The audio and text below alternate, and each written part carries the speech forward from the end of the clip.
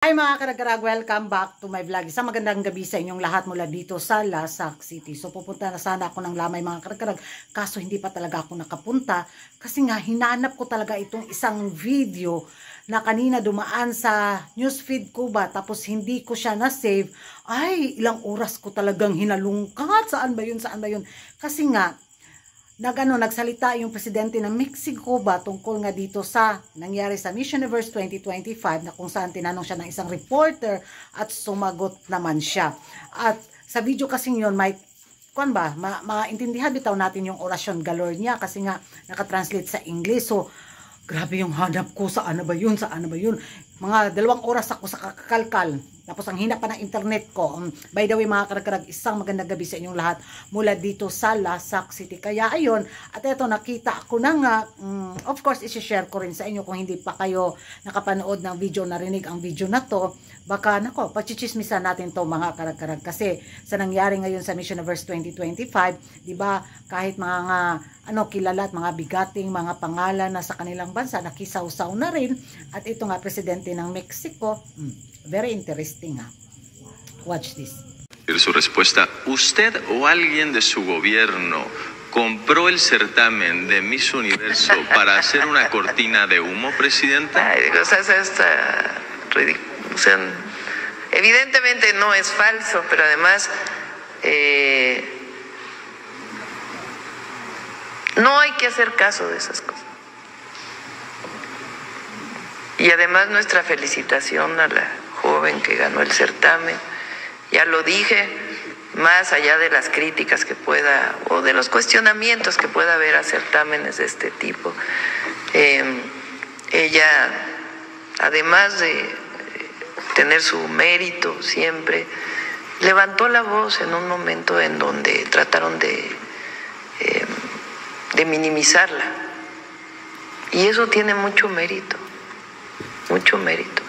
So yan ang mga karagkarag, narinig at napanood na ninyo si Madam President. Pagiging reaction ko sa kanyang naging orasyon galore. Katulog Madam, ay mahuwasan ra lagi na imuhang kuan. Imagination galore. Sa pagkapanalo ng inyong pambato sa Miss Universe 2025, wala jud. Wala talagang nakakilala sa kanya. Dead maballs ang mga taong bayan sa Thailand kung sino siya. Dahil base sa video na napanood ko mga karagkarag, nakakaawa din itong si Inday Fatima na kung saan, kaulaw Watch this. Naandito na si Inday Fatima. Nagbaktas na siya sa Thailand.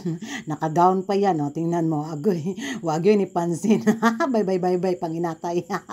Masama na, day. Kaya pang kaulaw. Si Manong. Gidid ma. So yan na. Yan na yung epekto sa raise your voice. Sabi nga ni Madam President. Di ba? Yan. Raise your voice ka pa. Nga. Parang, kahit naman siguro ako makasalubong ko siya, hindi ko siya papansinin. Sino ba siya? Ganun. Miss Universe? No, you're not. You're a wrong winner. You're a product of scam. You're a product of the cooking show of Mang Kanor. Ganon yung magiging eksena ko. Tapos dadaan siya, tapos magkatabi kami ni Inday Fatima, tapos naka full glam din ako ba. Tapos, ihirapan ko talaga siya. Ganti lang ba? Ewan ko sa inyo mga karagkarag kung ano yung magiging reaction ninyo dito nga sa nakisaw-saw na rin ang presidente ng Mexico sa pagkapanalo ni Inday Fatima, at ano yung magiging reaction nyo na dead maballs ang mga taong bayan sa mga nakakita sa kanya. Kasi ito yung yatang event na kung saan nakasama niya si Maring Vena bitaw, tapos sinuruan siya ni Maring Vena kung paano yung proper na pagkaway, tapos kung saan siya dapat pumesto. Uy, gosh, Madam.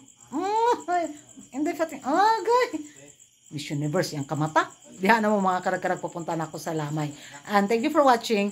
Don't forget to like and subscribe Kuragan Karag and hit the notification bell para update kayo sa mga latest na mga chikahan, intriga at skandalo sa mundo ng beauty pageant. And thank you for watching. Bye-bye.